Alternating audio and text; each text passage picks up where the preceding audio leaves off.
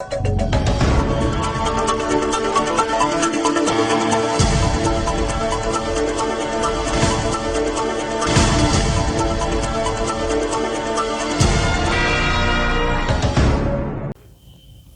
है आपका India live 24। मैं हूं आपके साथ मधु सिन्हा। हाजिर हो तमाम छोटी बड़ी खबरों के साथ।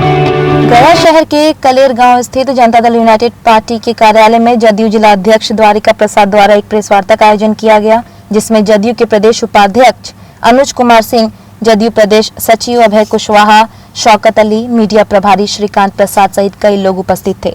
इस मौके पर जदयू जिला अध्यक्ष द्वारिका प्रसाद ने कहा कि गया जिला की कुल 136 पदाधिकारियों की नई कमेटी बनाई गई है, जिसमें 26 महिलाओं को भी हिस्सेदारी दी गई है।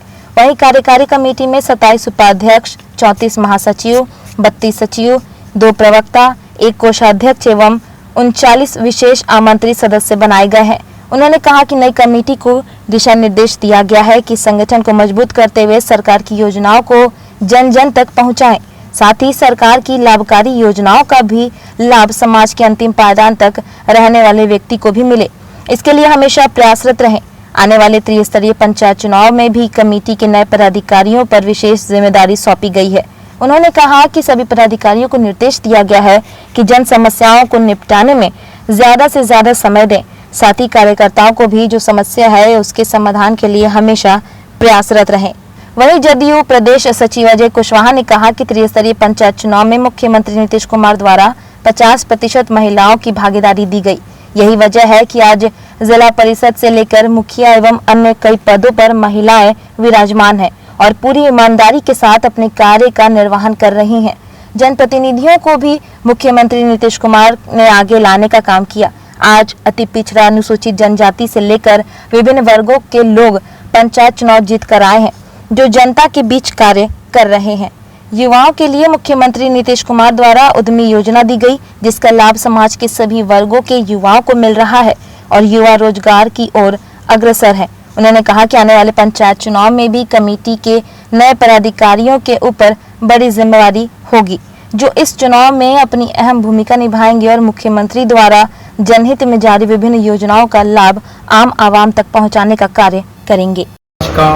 प्रेस कॉन्फ्रेंस बुलाने का औचित्य यह है कि जो जनता दल यू का जिला का नवगठित कार्यकारिणी को जारी कर सूची को जारी करने का, इस अवसर पर हमारे प्रदेश के उपाध्यक्ष, पूर्व विधान परिषद के सदस्य माननीय अनुज कुमार सिंह जी उपस्थित है। करते हैं कि सरकार की कई योजनाएं हैं जो जन जन तक जाती है। हमें पूरी उम्मीद है, आशा है और मेरा जो नई कमेटी बनाई गई है वो बैलेंस है और इसमें जो सरकार का जो प्रोटोकॉल है या संगठन का प्रोटोकॉल है, राष्ट्रीय अध्यक्ष, प्रदेश अध्यक्ष के, उसके अधिक पिछड़ा, अति पिछड़ा, स्वर्ण, महिलाएं सभी की सहभागिता है। विकास पुरुष बिहार के लोकप्रिय मुख्यमंत्री माननीय नीतीश जी का ही देन है कि आज त्रिस्तरीय पंचायत में जनप्रतिनिधियों की भागीदारी हो। 50% महिलाओं के आरक्षण के कारण आज अति पिछड़ा, अनुसूचित जाति, अत्यंत पिछड़े वर्ग समाज के लोग एकल पद पर इतनी संख्या में मुखिया, प्रखंड प्रमुख, जिला परिषद के अध्यक्ष होते हैं। आज माननीय मुख्यमंत्री जी का सोच जो है और कार्य करने की शैली है, आज सुदूर ग्रामीण इलाकों में भी चले जाएंगे। पथ रोड का निर्माण चारों तरफ हुआ। इस कोरोना के महामारी में बिहार में भारतवर्ष के अन्य राज्यों की अपेक्षा बिहार रिकवरी रेट जो है बहुत जल्द जो है कंट्रोल किया। एक से एक युवाओं के लिए उद्यमी योजना जस्ट जो है लाए हैं, उसमें नरसिंहपुर के बीजेपी कार्यालय में मनाई गई डॉक्टर श्यामा प्रसाद मुखर्जी की जयंती। जन्म जयंती के अवसर पर डॉक्टर श्यामा प्रसाद मुखर्जी और पंडित दीनदयाल उपाध्याय की मूर्तियों का किया गया अनावरण। भारत सरकार में पर्यटन एवं संस्कृति मंत्री प्रहलाद पटेल सहित राज्यसभा सांसद कैलाश सोनी ने किया मूर्ति अनावरण। कार्यक्रम में शामिल होने सैकड़ों की संख्या में पहुंचे भारतीय जनता पार्टी के कार्यकर्ता, विधायक जालमा सिंह सहित अनेक सैकड़ों समर्थक रहे समारोह में मौजूद। नाथनगर थाना क्षेत्र के दोगच्छी बाईपास के पास दोपहर करीब 12 बजे सरेराह पति पत्नी में नोक-झोंक से लेकर हाथापाई तक घंटों हाई वोल्टेज ड्रामा चला। प्रत्यक्षदर्शियों के मुताबिक सुल्तानगंज की ओर से आ रही एक ऑटो से एक महिला उतरी और अंदर बैठे अपने पति को बाहर निकालते हुए उससे बहस करने लगी। इसी बीच ऑटो से एक अन्य महिला नीचे उतरी और दूसरे ऑटो को पकड़कर सुल्तानगंज की ओर चली गई। लोगों का कहना था कि दोनों पति पत्नी आपस में लड़ाई कर रहे थे। इस दौरान पत्नी अपने पति की दूसरी शादी करने का आरोप लगाकर हाथापाई कर रही थी।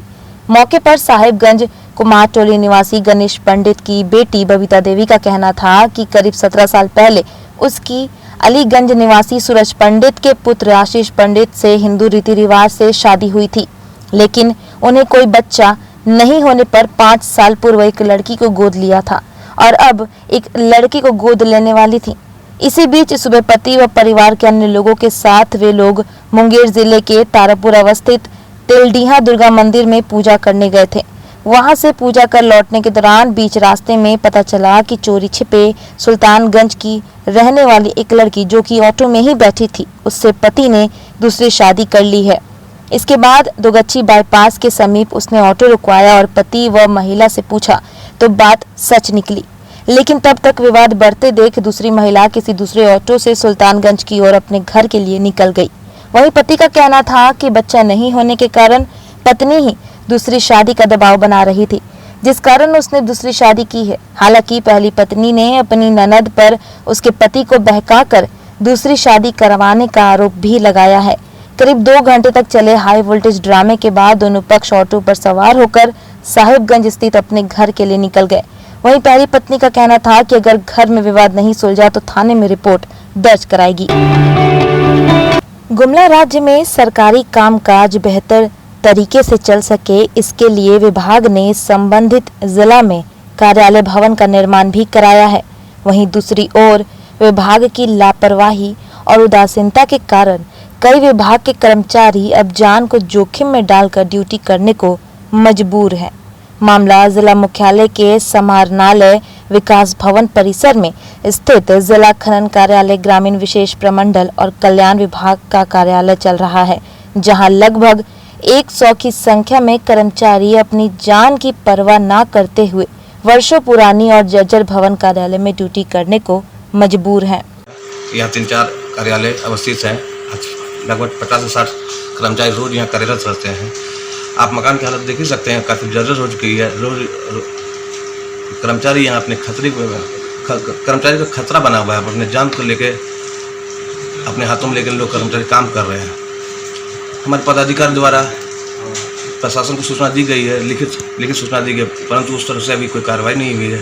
तो हम अच्छा चाहते हैं कि या तो इस भवन की मरम्मती कर जाए या अन्यत्र हमारे कार्यालय को कहीं और शिफ्ट कर दिया जाए, ताकि हम लोग इस डर के माहौल के बाहर आके काम कर सकें। हम ऐसा अनुरोध करते हैं कि जिला प्रशासन इसमें ध्यान दें, ताकि हम लोग अच्छे से काम कर सकें। क्या नाम है?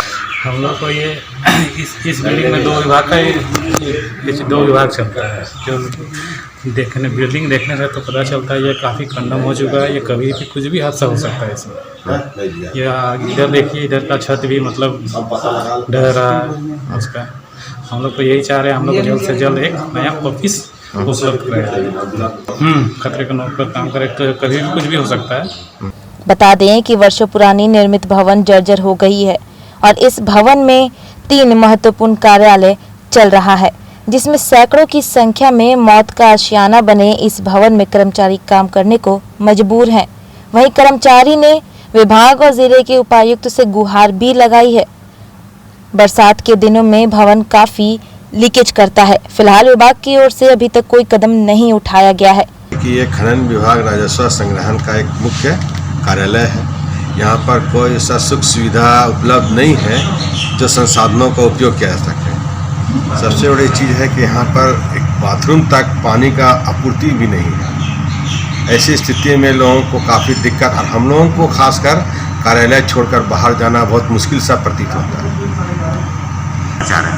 जर्जर इस बिना पर है कि अगर ये सही से अगर इस्तेमाल ना किया जाए कार्यालय को अपने स्तर से, तो सारे संचिकाएँ, पंजियाँ और भी सामान वगैरह बर्बाद होने की संभावना है। तो हम लोग अपने स्तर से इसको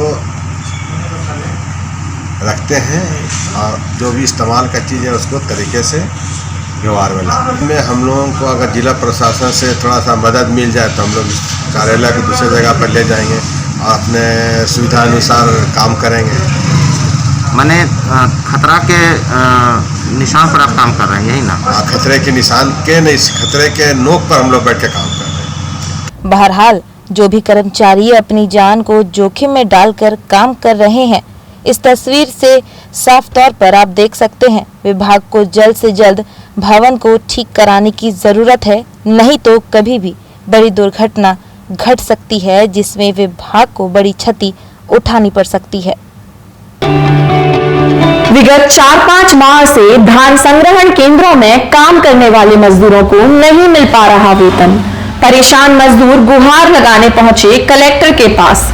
गौरतलब है कि जिला धान संग्रहण केंद्र ग्राम सरवा में मजदूरी तथा अन्य कार्य करने वाले लगभग 60 लोगों को विभाग द्वारा पिछले 4-5 माह से वेतन नहीं मिला, जिससे मजदूर काफी परेशान हैं। मजदूरों को परिवार चलाने में काफी मुश्किल हो रही है। परिवार का खर्चा चलाना दूभर हो गया है। कर्ज में डूबे गुस्साए मजदूरों ने कहा कि हमारी समस्याएं जल्द हल नहीं हुई तो जन आंदोलन करने को बाध्य होंगे।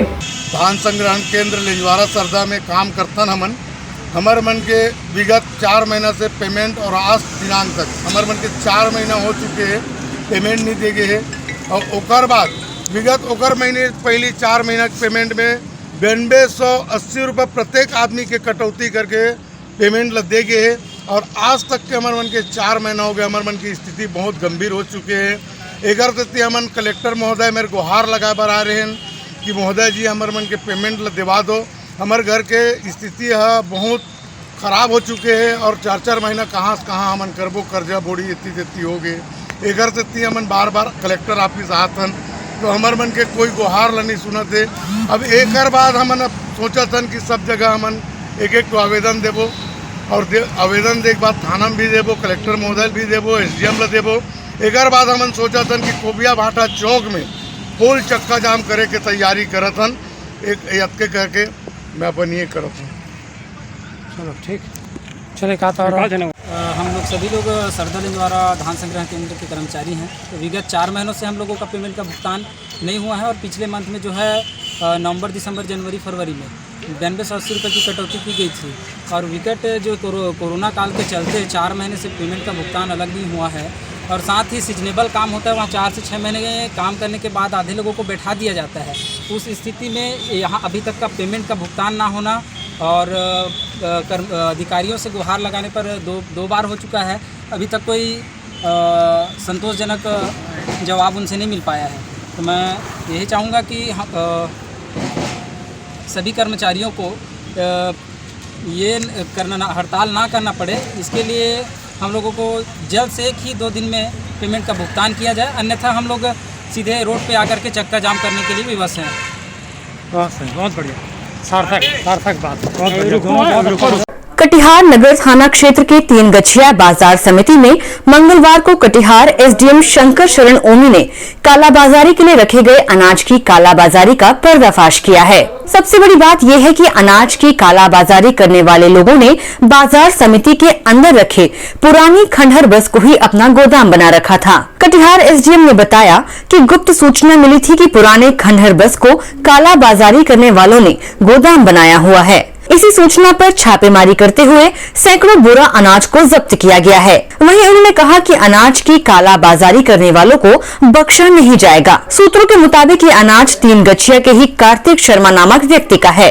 फिलहाल मौके पर पुलिस मौजूद है। मामले की छानबीन की जा रही है। कटिहार से सरफराज अंसारी की खास रिपोर्ट। अभी एक्चुअली ये सरकारी है कि क्या है, ये मामले की जांच की जा रही है। इस बस में लावारिस चावल और गेहूं पकड़ा गया है, जिसका अभी तक कोई दावेदार नहीं उपस्थित हुए हैं। तो मैं मार्केटिंग अफसर के द्वारा जांच की जाएगी और नियम संगत कार्रवाई की जाएगी। ये तो अभी जांच का विषय है, जांच करने के बाद ही पता चल पाएगा। आज के बुलेटिन में बस इतना ही। अपना ख्याल रखिए और देखते रहिए इंडिया लाइव 24।